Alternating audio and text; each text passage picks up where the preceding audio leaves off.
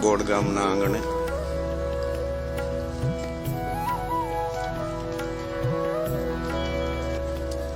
રામદેવજી મહારાજની દયાથી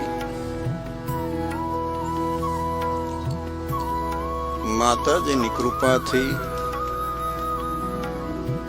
અને ગુરુ મહારાજના વચનથી જે પાવન થયેલી ધરા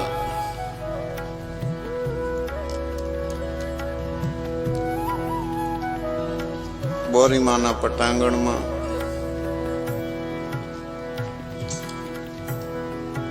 બાબા રામદેવજી મહારાજની જ્યોતની છાયામાં જે ગામ કહેવામાં કોઈ સંકોચ નથી કે અમારું ગામ છે.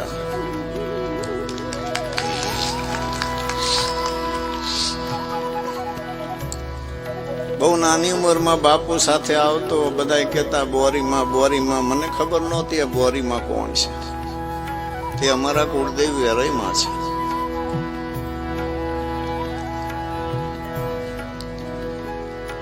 અને એ બગીચો એ તો જેને જોયો એને અનુભવ હોય, છાયા જેને મળી હોય અનુભવ હોય. બીજા તો એને શું સમજી શકે, વાત પછી તો ન સમજી શકે. કારણ કે માહોલ વ્યક્તિના આધારે હોય છે.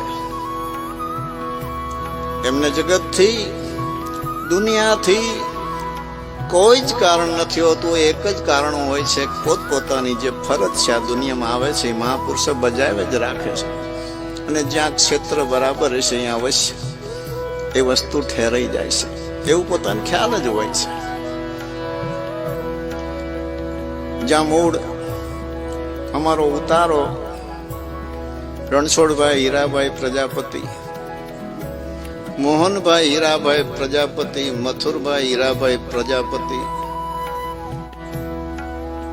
તરસીભાઈ રણછોડભાઈ, જીવાભાઈ રણછોડભાઈ, ડાયાભાઈ મથુરભાઈ, લગરાભાઈ શંકરભાઈ, કમાભાઈ ગોવિંદભાઈ અને પોપટભાઈ છગનભાઈ. પ્રથમ જે મહાપુરુષોએ મહેનત કરી આ દ્વાર ઉપર, અને સમય જતા આગળના કોઈ સંગી છે તો કેસરી શ્રી પ્રભાતસિંહ વાઘેલા દરબાર, ભૂરબા પ્રભાતસિંહ વાઘેલા, ભાઉબા કેસરીસિંહ વાઘેલા, શિવબા કેસરીસિંહ વાઘેલા, વજુબા કેસરીસિંહ વાઘેલા, બાલુબા ભૂરુબા વાઘેલા, જસવંતસિંહ દોલુબા, લધુબા દોલુબા વાઘેલા, આ બધાય સંતોના મતે ગણો તો આ લોકની કોઈ પણ ચર્ચા કર્યા વિના આ દુનિયામાં રહી મહત્વનું એટલા માટે છે કે એવા અમારા 5 જ ગામ એવા છે કે જ્યાં 2 પુરુષનો લાભ 5 ગામને મળ્યો છે. એમાં બોડ ગામ છે, ધારપીપળા છે, શેખપર છે, કચોલિયા છે અને સમી છે. બીજા અનેક ગામ છે. બળદેવદાસ બાપાએ ખૂબ સત્સંગનો લાભ આપી અનેકને જાગૃત કર્યા છે. પણ આ 5 ગામમાં સવારામ બાપાની જે ધારા, એ ધારાને અવરિત આજ સુધી 5મી, 6ઠી, 7મી પેઢી થઈ તોય જળવાઈ રહી છે. જે ધરા ઉપર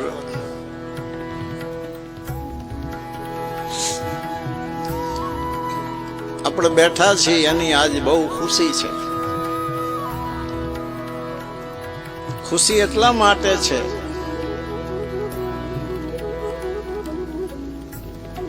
કે સવારામ બાપાના પરિવર્તનમાં તો આપણે સાથે નહીં હોય, પણ બળદેવદાસ બાપાના પરિવર્તનમાં તો અમે એક વીડ હતું, વીડ 3-4 કિલોમીટર છેટું છે. એ સરકારના હાથમાં હતું અને ત્યાં ચોકી બાલુભા દરબાર કરતા. અને એ સમય તો ક્યાંક ગાડીમાં, ક્યાંક બસમાં, ક્યાંક મોટરસાયકલ લઈ, અને ચોમાસાનો સમય હોય તો વીડમાં અમે હાલીને આવતા. અને એની અંદર ખડ, બબ્બેમાં થોડું ખડ, એ સરકાર એ વીડમાં ખડ વાવતી. એ પુરુષો વર્ષો સુધી જીવન જે જગ્યાએ ગુજાર્યું છે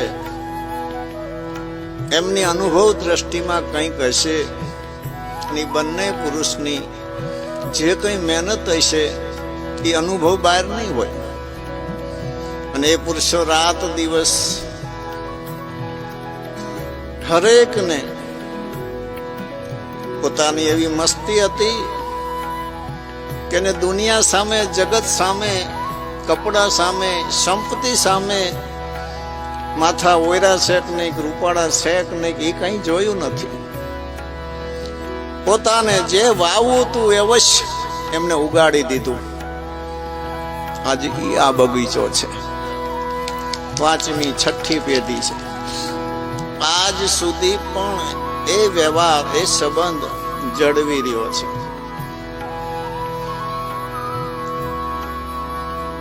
આ પુરુષો જે ધરતી પર વિચરણ કર્યા હોય, એમની ચેતના, એમનું જ્ઞાન, એમનો જે ભાવ અને વર્ષો સુધીનું વિચરણ બ્રહ્માંડમાં એના વાઇબ્રેશન કામ કરતા હોય છે. વર્ષો પહેલા આવતા ત્યારે ભેટ પૂજામાં 1 રૂપિયો 2 રૂપિયા ગુરુને મૂકવામાં આવતા. એ સમયે બળદેવદાસ બાપાએ 5 જણાને કીધેલું કે આ તમારી બોર્ડ સોનાની થશે. 1-2 જણાએ વિવાદ પણ કર્યો તો બાપુ મરી જાય પછી અમારે પૈસા નહીં શું? તો એવું પણ કીધું તો તું જોઈને જઈશ ને તને પૈસા ગણતા નહીં આવડે. અને એવું થયું. અત્યારે ચાલે છે ક્રિયામણ અને સંચિત. પ્રારબ્ધ તો ત્યારે સાહેબ ધણીના હાથમાં છે, સમયના હાથમાં છે, એમના અનુભવના હાથમાં છે. એમાં આપણે વિશેષ કંઈ ના કહી શકીએ. બળભાગી એટલા માટે છી કે આ સમયમાં, આ અવસરે આવી સૂઝબૂઝથી, પ્રેમના કારણે આપણને જે પ્રીતિ ઉપજે છે, સંત પ્રત્યે ભાવ ઉપજે છે, એ જ કારણ છે પૂર્વ જન્મના આપણે શુભ સંચિત કર્મો કરી અને આવ્યા છે. નહીતર આ બધું મફતમાં મળતું નથી. અમારા ધર્મ ક્ષેત્રમાં ગુરુના દરબારમાં રામદેવજી મહારાજની છત્ર છાયામાં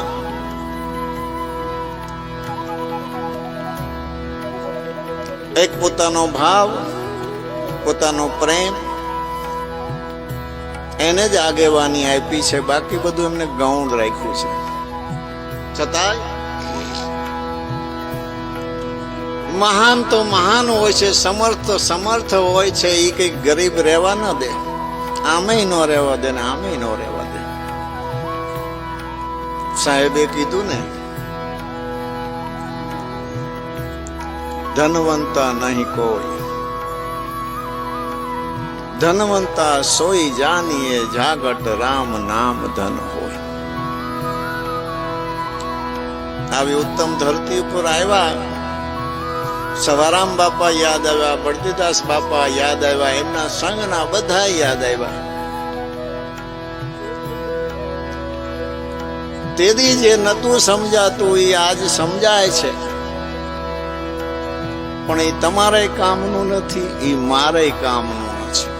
અનુભવ, ગુરુ કૃપા, રામદેવજી મહારાજની કૃપા યા શક્તિની કૃપા થાય તો અનુભવ દ્રષ્ટિમાં આવે છે. પણ એ કક્ષાના આત્મા વિના એ અનુભવને કોઈ પચાવી નથી શકતું.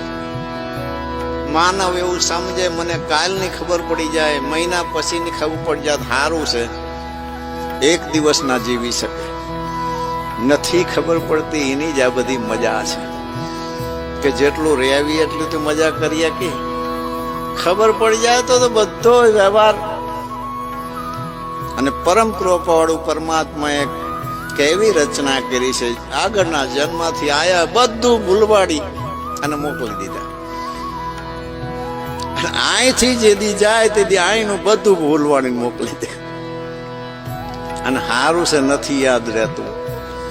એ દિવસે આ ગામની અંદર કેટલો શિક્ષણો અભ્યાસ સામાન્ય બાળપોથી છતાંય મહાપુરુષો બોલ બોલ બોલ બોલ.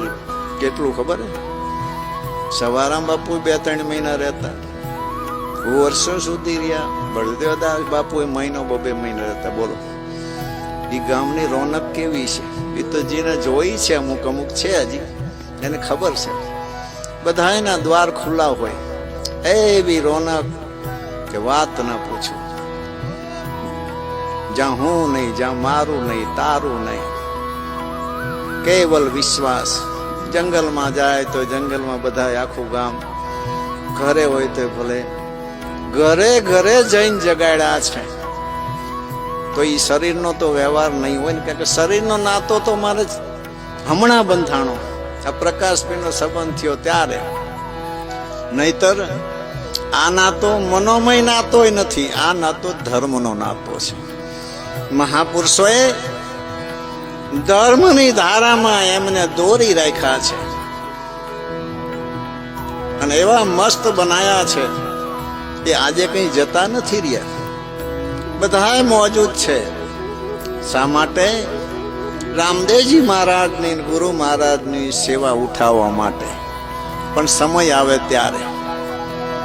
મારો જે અનુભવ છે આવું કે છે.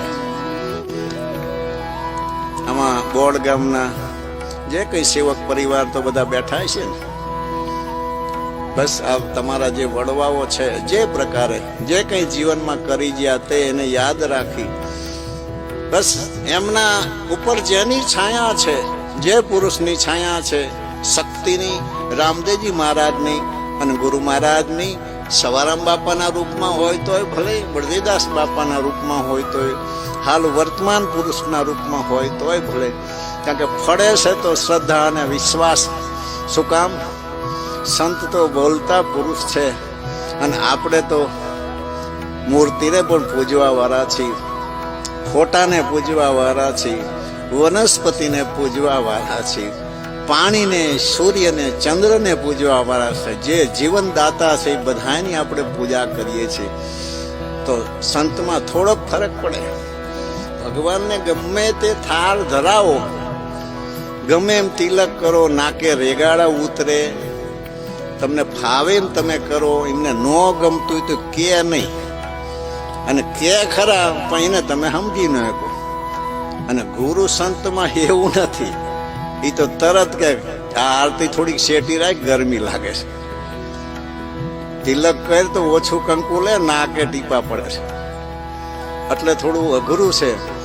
પણ અઘરું છે એટલું સહેલું એ જ છે કે જેથી કંઈ પ્રાપ્ત થાય શાંતિ, સુખ અને આનંદ, તો એ પરમાત્માનું પ્રગટ સ્વરૂપ છે, ત્યાંથી જ પ્રાપ્ત થશે. બીજો કોઈ રસ્તો સૃષ્ટિ પર શાસ્ત્રોએ નથી બતાવ્યો, પુરાણોએ નથી બતાવ્યો, વેદોએ નથી બતાવ્યો. સ્તુતિ, સ્મૃતિ, ગીતા, રામાયણ, સાખી, દાખલા અને મહાપુરુષની વાણી ક્યાંય પણ જુઓ તમે, સરળ બા સરળ અનુભવી શબ્દ વાપરો, સજ્જન શબ્દ વાપરો, બુદ્ધિશાળી શબ્દ વાપરો, બધાયથી વિશેષ જ્ઞાન જેની પાસે છે એવો શબ્દ વાપરો. શુદ્ધિવાળા પુરુષો, પૂર્ણ બ્રહ્મ સ્વરૂપ એવા પુરુષો, આવા શબ્દો બધા વાપરા છે.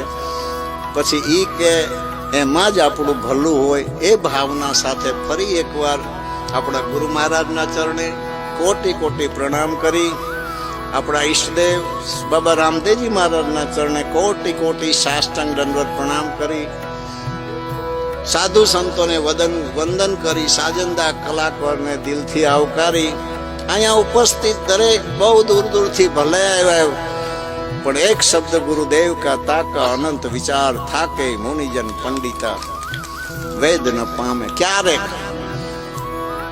આમાંથી જાય, કદાચ નોય રે આપણે લાયક ન હોય તો બીજાના મગજમાં જાય. આમ શબ્દ ફરે જ રાખે. શબ્દ ગુરુ છે, એને લાયક ભૂમિકા એને જાગૃત કરે છે. તો સાજંદા કલાકારને આવકારી સેવક પરિવાર, અન્ય જે કોઈ સગાવાલાના નાતે આવ્યા હોય અથવા ગામના જે કે અન્ય સેવક સિવાય હોય, દરેકને મારા હૃદયથી ખૂબ ખૂબ અભિનંદન, ધન્યવાદ. જય સિયારામ. મારા અંતરની શુભ આશીષ. સદાના માટે આપ સુખી રહો, ખુશી રહો.